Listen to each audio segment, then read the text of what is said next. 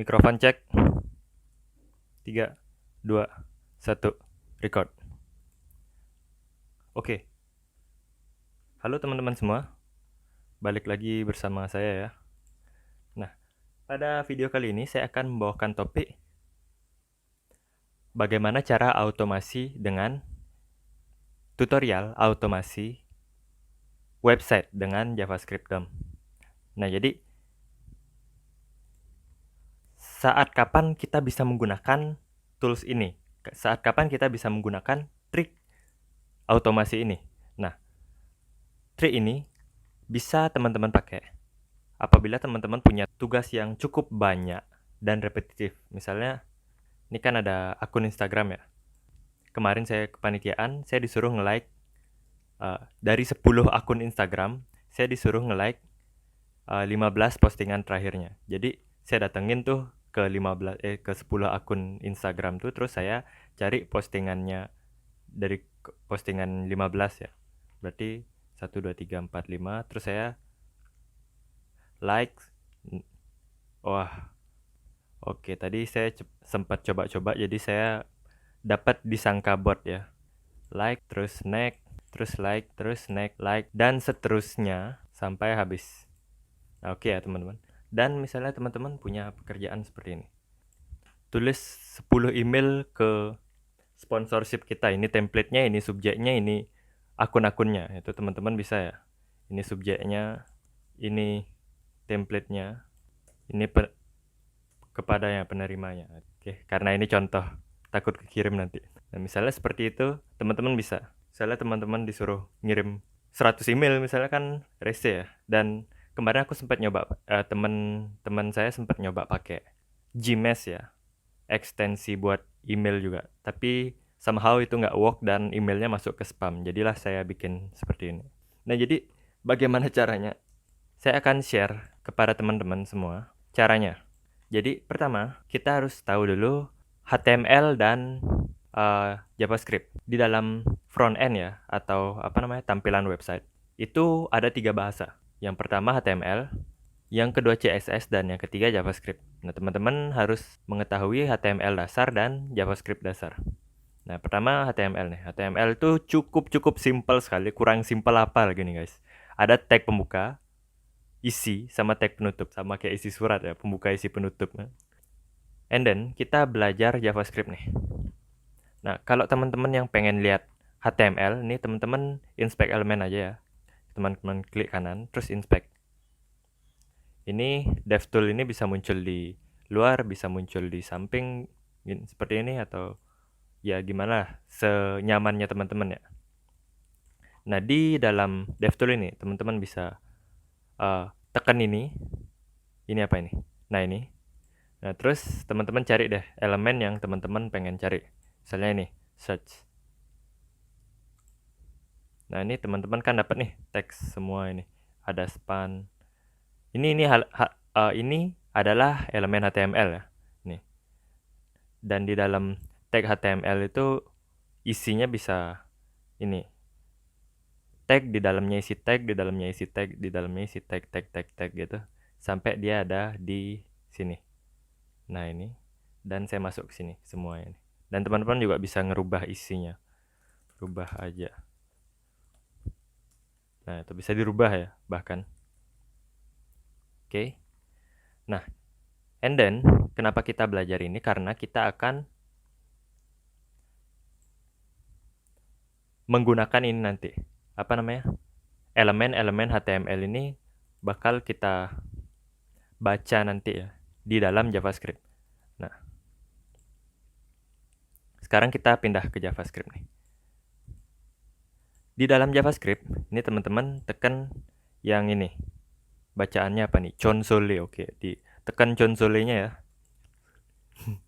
Oke, teman-teman tekan console-nya, and then teman-teman sudah masuk di JavaScript. Dadah, teman-teman sudah ada di JavaScript. Oke, jadi JavaScript ini adalah suatu bahasa pemrograman yang mana bahasa pemrograman JavaScript ini sudah menyatu. JavaScript ini menyatu ya dengan browser teman-teman. Jadi teman-teman bisa jalankan langsung. JavaScript-nya sini. Ini JavaScript nih. Oke, bagi teman-teman yang sudah pernah belajar bahasa pemrograman sederhana ya, teman-teman bisa menampilkan output, bisa menyimpan variabel, meminta input, pengkondisian, perulangan, fungsi. Nah, seperti pemrograman dasar lainnya ya. Jadi teman-teman yang sudah belajar pemrograman, you get what I mean ya. Buat teman-teman yang belum, nggak masalah, karena saya akan mengusahakan sebisa mungkin buat teman-teman yang awam banget, itu bisa ngikutin. Oke? Oke ya.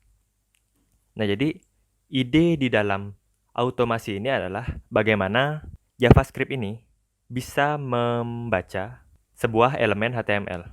Membaca elemen HTML. Dan saat dia sudah bisa membaca, kita akan memberikan aksi pada elemen tersebut. Nah, lalu dia akan beraksi ya. Misalnya kita kasih aksi klik, dia bakal ngeklik. Oke ya. Oke. And then kita baca elemennya. Jadi gitu.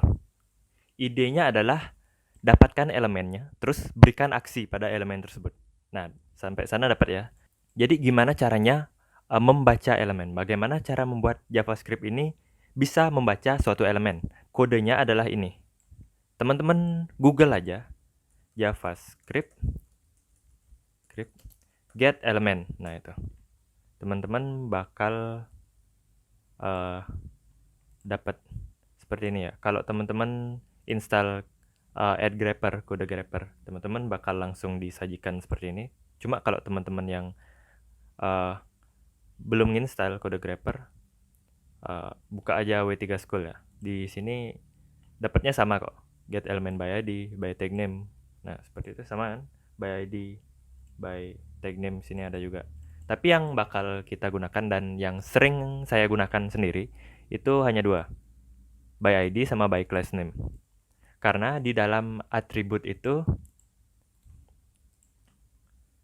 kalau kita lihat ya, mereka lebih banyak atribut yang namanya class sama ID.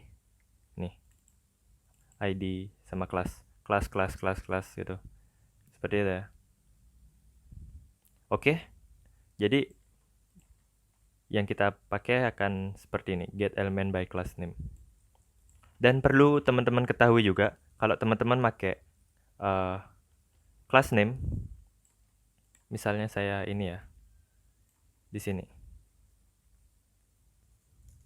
Nah, teman-teman saya cari elemen yang ini ya. Saya cari elemennya ini, nama kelasnya gini, terus saya cari get element by class name, seperti itu. Dan saya mendapatkan HTML collection. Ini jumlahnya ada 24. Nah, seperti ini. Jadi, dalam suatu website, saya bawa ke samping aja dulu. Atribut kelas bisa dimiliki oleh banyak elemen. Ini kelas AAGW ini ya, kalau saya cari kelas AAGW ini mewakili semua feed yang ada di dalam satu postingan Instagram. Jadi feed 1, feed 2, feed 3, feed 4, 5, 6, 7, 8, 9 terus sampai itu 23, yang terakhir 23. Oke ya. 23 ternyata yang di load aja. Kalau saya refresh lagi, itu dia bakal 42. Itu belum ke load semuanya ini. Oke. Jadi gitu ya. Intinya, yang penting, yang teman-teman perlu ingat, class name ini bisa dimiliki oleh banyak mana di awal nih? Banyak elemen ya. Jadi bagaimana kalau kita pengen mendapatkan suatu elemen yang spesifik ini, saya pengen postingan yang ke pertama misalnya, yang ini kan berarti. Gimana caranya saya mengambilnya? Nah, saya tinggal memasukkan indeksnya. Ini BTW, HTML correction ini adalah kumpulan data ya. Kalau bahasa pemrogramannya array. Kita semua tahu bahwa indeks array itu mulainya dari 0. Oke ya. Jadi kalau kita pengen elemen yang pertama, kita masukkan indeksnya 0. Kurung siku, pakai kurung siku ya, teman-teman. Oke. Nah, kalau kita sudah mendapatkan elemennya, ini elemen spesifiknya, kita hanya perlu memberinya aksi ya. Nah, ini salah satu aksi yang cukup sering saya pakai juga untuk automasi. Jadi nama fungsinya klik, untuk mengklik. Ya, sesuai namanya, mengklik. Nah, jadi ada 2 fungsi lagi yang ingin saya share pada teman-teman, yaitu misalnya saya dapatkan elemen yang ini nih, elemen subjeknya ini. Saya ingin mengedit isinya. Nah, gimana caranya? Saya pengen ngisiin tulisan lah, gini, ke elemen yang saya pilih ya, itu. Jadi caranya adalah ada 3 hal yang perlu teman-teman coba. Nah, yang pertama itu .inner HTML. Kita cek dulu. Nggak mau. Jadi yang kedua, kita pindah ke yang kedua. Yang kedua adalah inner text. Nggak mau juga. Yang ketiga, itu adalah value. Value. Cek. Nah, value mau ya. Jadi kalau kita pengen ngedit isinya, kita harus pakai .value. Oke ya. Nah, kita udah bisa mendapatkan elemen. Kita sudah bisa merubah isi elemen. Oke. Saya contohin lagi deh. Saya cari elemen body-nya ini ya. Kalau badan emailnya, saya kasih value. Nggak mau ya. Jadi coba pakai inner HTML. Nah, kalau badannya itu dia harus pakai inner HTML. Jadi teman-teman kalau pengen ngedit isi dalaman dari suatu elemen ya, teman-teman harus coba eksperimen pakai 3 ini. Yang mana yang mau yang itu pakai. Oke ya, sip. Nah, di dalam automasi, teman-teman juga pasti akan mengulangi aksi yang tadi. Misalnya tulis subjek, tulis deskripsi, tulis pengirim, terus tekan tombol kirim. Nah, kan itu. Misalnya kita dapat tugas nih, ngirim 10 email buat sponsorship. Tugasnya itu kan monoton ya, kayak pencet tombolnya ini, terus tulis subjek. Coba kita catat deh. Pertama kita klik tombol, benar ya. Terus kita isi penerima, tulis jangan isi. Tulis penerima, tulis subjek, tulis badan email. Nah, yang kelima, klik tombol kirim. Yang di atas klik tombol tulis nih. Jadi gini ya, cuma 5 aksi aja. Misalnya kalau kita disuruh ngirim 10 email, gimana caranya? Ulangi sebanyak 10 kali. Atau misalnya kita disuruh bikin 100.000, ulangi sebanyak kebutuhan. Nah, seperti itu ya jadinya. Nah, jadi ulangi ini itu ada di JavaScript. Nah, JavaScript itu namanya loop. Ada 3 jenis loop di dalam JavaScript. Yang pertama ada loop biasa, yang kedua ada while loop, dan yang ketiga ada for in. Nah, kalau yang for loop itu biasanya dia punya iterasi ya. Kalau teman-teman yang nggak bisa bahasa, kalau teman-teman pengen bahasa jadi bahasa Indonesia, tinggal jadiin aja bahasa Indonesia ya. Jadi teman-teman bisa pakai perulangan yang mana aja yang teman-teman familiar atau teman-teman sukai. Tapi tergantung kondisi juga. Misalnya teman-teman bisa pakai punya ide yang lain, senyamannya teman-teman pakai looping yang mana. Yang penting kerjaannya beres kan, seperti itu ya. Oke. Next, dalam JavaScript dan di dalam automasi, teman-teman bisa menemukan masalah seperti saya. Masalahnya itu seperti ini. Ini kalau saya like ya. Nah, jadi kenapa terjadi seperti ini? Karena saya tadi, ini kan cuma 2 langkah ya. Love sama next. Tadi saya coba for, love, sama next. Jadi apa yang terjadi di sini? Saya tidak memberi jeda pada kode saya. Misalnya gini nih, teman-teman, ini kodenya adalah mengklik tulis subjek sama tulis deskripsi ya. Nah, kalau saya jalankan, oh, di sini ada masalah. Dia hanya bisa mengklik tombol tulisnya aja. Terus apa namanya nih? Value tulis subjek dan tulis deskripsinya itu nggak ketulis. Nah, kenapa? Karena setiap kita memberikan aksi, kita harus jeda beberapa saat. Nah, jeda ini bisa teman-teman temukan di JavaScript Slip ya. Nah, jadi saya sarankan banget buat teman-teman install ini CodeGrabber. Teman-teman pergi aja ke Chrome Store ya. Nah, ini langsung saya nih dibawa ke CodeGrabber. Jadi teman-teman langsung aja buka web store-nya Google. Kalau teman-teman pakai Google Chrome ya. Kalau browser lain mungkin saya kurang tahu, coba dicari aja. Tapi saya di sini menggunakan Chrome. CodeGrabber yang ini ekstensinya. Jadi langsung ketemu ya kalau saya pakai. Jadi ini saya copy dan saya paste ke dalam kode saya. Dan aksi-aksinya ini saya bawa masuk ke dalam fungsinya ini. Nah, jadi saya jelaskan sebentar ya fungsinya ini.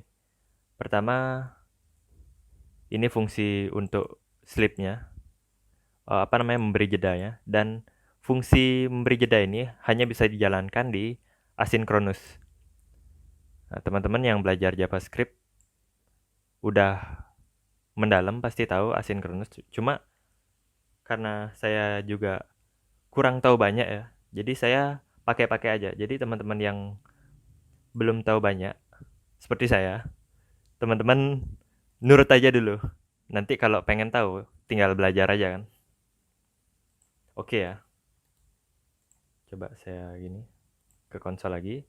Dan saya copy kodenya ini ke dalam fungsinya. Fungsinya ini kita namain nama keren aja deh. Nama kerennya apa nih? Automasikan misalnya gitu. Oke, keren gak tuh? Dan di setiap aksi kita harus kasih jeda. Kalau cuma gini mungkin ini kan cuma ngeklik ini ya. Ngeklik ini nggak loading. Misalnya kalau kita ngeklik pause, nah itu kan dia loading. Dan kita next. Nah itu cukup lama juga loadingnya. Mungkin sekitar 2 detik. Anjay, lama banget 2 detik. Oke. Tergantung koneksi teman-teman juga. Jadi kalau misalnya 2 detik terlalu cepat, jadi teman-teman tambah aja. Nah kalau ini kan nggak pakai loading ya, nekan gini, mencet ginian, itu nggak pakai loading. Jadi sebentar aja cukup. Nah kalau di sini, saya rapikan sebentar. Nah kita lihat keterangan ini, await sleep 5000. Nah 5000 ini artinya 5 detik, 5 second ya gitu. Nah jadi 5000 itu artinya 5 detik, 1000 artinya 1 detik ya. Tapi di sini saya akan pakai setengah detik aja.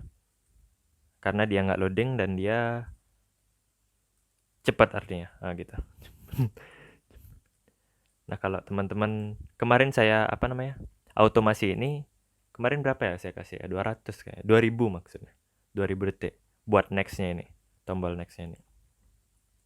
Oke, coba saya jalankan lagi ya. Oke, nggak jalan. Kenapa? Karena dia ada di dalam fungsi ya. Kita harus panggil fungsinya dulu. Oke, ini malah kebuka 2. Ah, dia jalan. Tulis subjek, tulis deskripsi. Ini saya.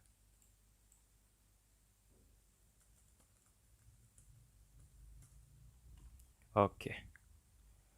Jadi coba saya jalankan lagi. Automasikan. Oh, ini jangan dipedulikan ya. Saya ngerubah itunya, titelnya. Privasi lah, privasi nama email saya. Oke. Ini juga nih lagi satu nih. Nih, saya simsalabim hilang. Oke. Oke, saya coba saya automasikan ya. Dia bakal ngeklik.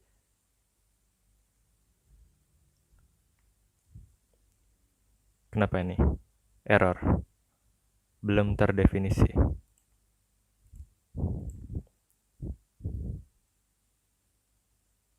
Coba kita giniin lagi deh.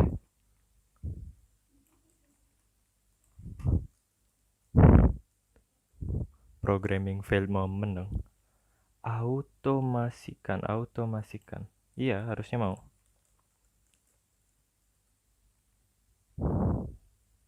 Ini kayak masalahnya nih. Ya. Karena ininya belum diklik. Programming fail moment guys. Ini kan.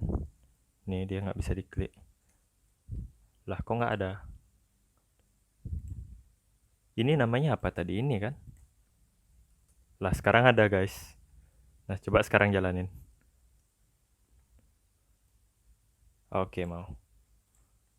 Ketutupan tadi oke. Saya ulangi dah. Nah tadi kurang tahu kenapa ya. Dia error. Programming fail moment ini guys. Jadi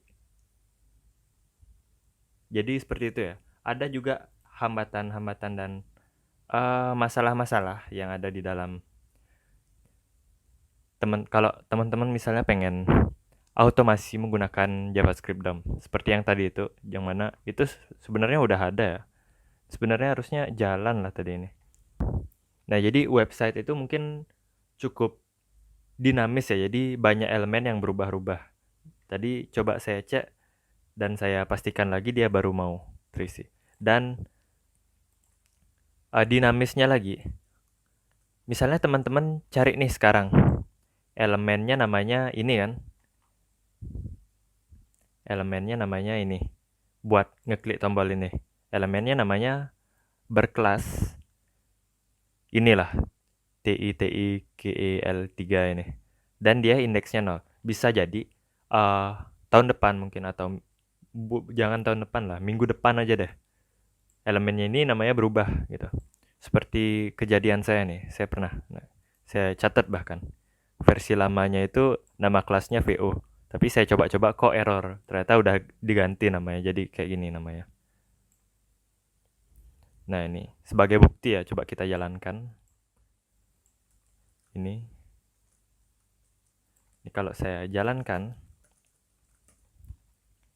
ini buat ngedit kepadanya kayaknya. Nah dia error. Tapi kalau saya jalankan yang di bawahnya, yang ini. Sama value-nya sekalian.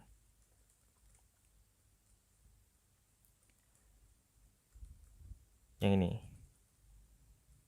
Nama email penerima.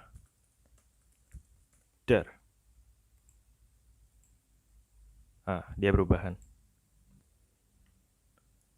Nah, gitu ya. Oke, teman-teman. Mungkin ke depannya next levelnya saya mungkin bakal eksperimen Node.js ya. Karena seperti yang kita tahu JavaScript itu kan berada di dalam website, di dalam browser. Nah, kalau Node.js itu berada di luar browsernya. Nah, jadi ada masalah di mana ketika ini ya, saya pakai ini sisipkan file. Ini dia kodenya, sebentar. Nah, ini. Saya bisa ngeklik tombol ini, lampirkan file. Tapi setelah saya klik di sini, nah itu saya nggak bisa ngapa-ngapain lagi di dalam konsol ini, di dalam automasinya. Automasinya nggak bisa jalan karena file yang kita pengen itu berada di luar browser. Sedangkan JavaScript itu berada di dalam browsernya. Nah, jadi JavaScript ini nggak bakal pernah bisa ngakses file di luar browser. Nah, seperti ini. JavaScript nggak punya akses, bukan ranahnya. Oke ya. Sip. Nah, jadi itu adalah batasan dari automasi dengan JavaScript. Makanya untuk kedepannya, mungkin saya bakal coba bermain dengan Node.js untuk automasi juga. Oke teman-teman, bagaimana video saya kali ini? Semoga bisa membantu teman-teman ya, dan juga melakukan tugas repetitif teman-teman yang bisa diautomasikan. Oke, sekian dari saya. Ketemu di next video.